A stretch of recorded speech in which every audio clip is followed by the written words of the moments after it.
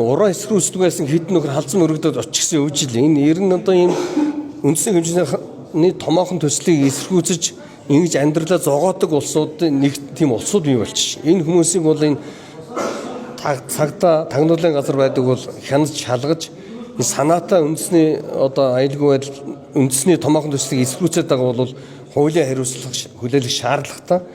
Мэдхгүйгээр эсрүүцээд байгаа бол энийг гэгэрүүлэх хэрэгтэй. Ингэхгүй бол ерөөсөө ингээд хүн болгонд юм болгонлоо дайрч яадаг, зогсоож яадаг. Энд чи одоо улс орн чинь энэ эмчнэрийн цалин яаж тавих юм? Багш нарын цалин яаж тавих юм? Тагнуул цагдаагийн цалин яаж тавих юм? Энд чинь одоо уул уурхаагаас хамаарч тавьж байгаа шүү дээ. Тэгэхээр бид нар бол Эрдэнэтийн зэс гаргадаг байсан бол 5 толгойг нүүрс гаргаж хідэн алт гаргаж амьдрдаг бас бол нэмээд газраа ураа гаргаж амьдрах боломжтой болж байгаамаа.